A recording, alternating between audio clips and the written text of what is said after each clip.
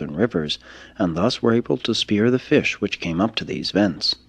Ever these tribes retreated before the advancing ice, which at this time made its most extensive invasion of Europe. In these times the Siberian glacier was making its southernmost march, compelling early man to move southward, back toward the lands of his origin. But the human species had so differentiated that the danger of further mingling with its non-progressive simian relatives was greatly lessened. 700,000 years ago, the fourth glacier, the greatest of all in Europe, was in recession. Men and animals were returning north. The climate was cool and moist, and primitive man again thrived in Europe and Western Asia. Gradually the forests spread north over land which had been so recently covered by the glacier. Mammalian life had been little changed by the great glacier. These animals persisted in that narrow belt of land lying between the ice and the Alps and, upon the retreat of the glacier, again rapidly spread out over all Europe.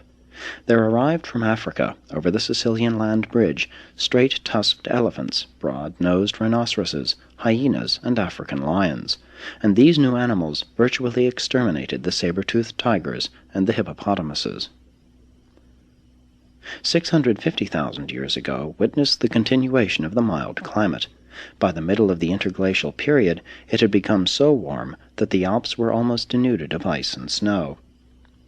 600,000 years ago, the ice had reached its then northernmost point of retreat and, after a pause of a few thousand years, started south again on its fifth excursion. But there was little modification of climate for 50,000 years. Man and the animals of Europe were little changed.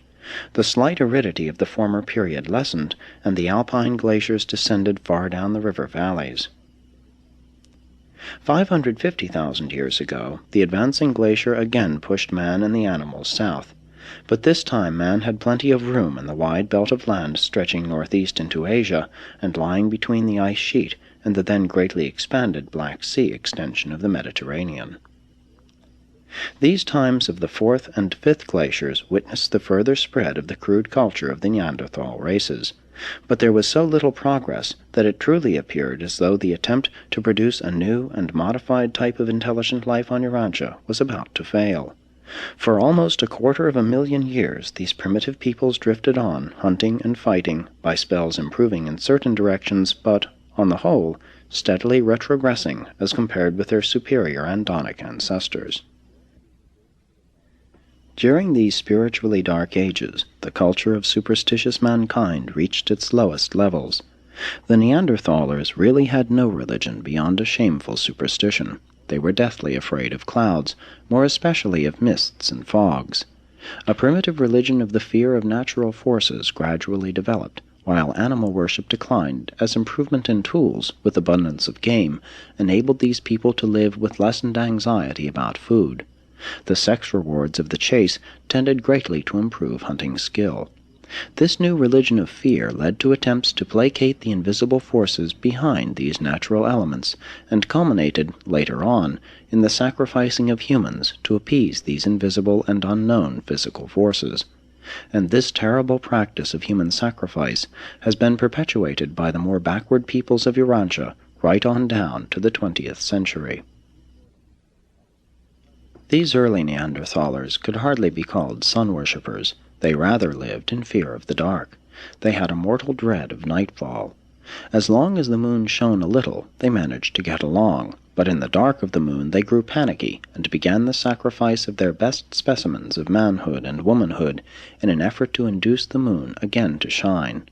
The sun, they early learned, would regularly return, but the moon, they conjectured, only returned because they sacrificed their fellow tribesmen. As the race advanced, the object and purpose of sacrifice progressively changed, but the offering of human sacrifice as a part of religious ceremonial long persisted. 5. Origin of the colored races. 500,000 years ago, the Baddanan tribes of the northwestern highlands of India became involved in another great racial struggle. For more than 100 years this relentless warfare raged, and when the long fight was finished, only about 100 families were left. But these survivors were the most intelligent and desirable of all the then living descendants of Andon and Fonta. And now, among these highland Badonites, there was a new and strange occurrence. A man and woman living in the northeastern part of the then inhabited highland region began suddenly to produce a family of unusually intelligent children. This was the Sangik family, the ancestors of all of the 6 colored races of Urantia.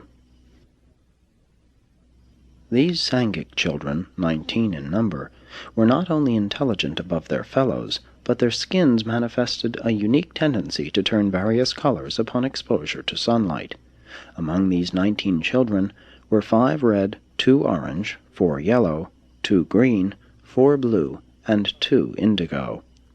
These colors became more pronounced as the children grew older, and when these youths later mated with their fellow tribesmen, all of their offspring tended toward the skin color of the Sangik parent. And now I interrupt the chronological narrative after calling attention to the arrival of the planetary prince at about this time, while we separately consider the 6 Sangik races of Urantia. 6. The 6 Sangik races of Urantia. On an average evolutionary planet, the 6 evolutionary races of color appear one by one. The red man is the first to evolve, and for ages he roams the world before the succeeding colored races make their appearance. The simultaneous emergence of all 6 races on Urantia, and in one family, was most unusual. The appearance of the earlier Andonites on Urantia was also something new in Satania. On no other world in the local system has such a race of wheel creatures evolved in advance of the evolutionary races of color. 1. The Red Man. These peoples were remarkable specimens of the human race, in many ways superior to Andon and Fonta. They were a most intelligent group, and were the first of the Sangik children to develop a tribal civilization and government.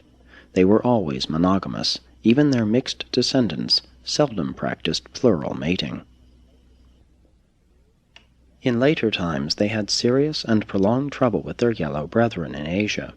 They were aided by their early invention of the bow and arrow, but they had unfortunately inherited much of the tendency of their ancestors to fight among themselves, and this so weakened them that the yellow tribes were able to drive them off the Asiatic continent. About 85,000 years ago, the comparatively pure remnants of the red race went en masse across to North America, and shortly thereafter the Bering Land Isthmus sank, thus isolating them. No red man ever returned to Asia, but throughout Siberia, China, Central Asia, India, and Europe they left behind much of their stock blended with the other colored races. When the red man crossed over into America, he brought along much of the teachings and traditions of his early origin. His immediate ancestors had been in touch with the later activities of the world headquarters of the planetary prince.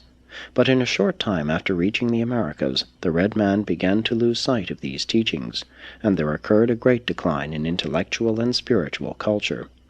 Very soon these people again fell to fighting so fiercely among themselves that it appeared that these tribal wars would result in the speedy extinction of this remnant of the comparatively pure red race. Because of this great retrogression, the red men seemed doomed when, about 65,000 years ago, Anamanalontan appeared as their leader and spiritual deliverer.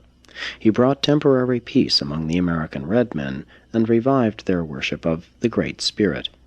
Anamanalontan lived to be 96 years of age and maintained his headquarters among the great redwood trees of California. Many of his later descendants have come down to modern times among the Blackfoot Indians. As time passed, the teachings of Anamanalontan became hazy traditions. Internecine wars were resumed, and never after the days of this great teacher did another leader succeed in bringing universal peace among them. Increasingly, the more intelligent strains perished in these tribal struggles.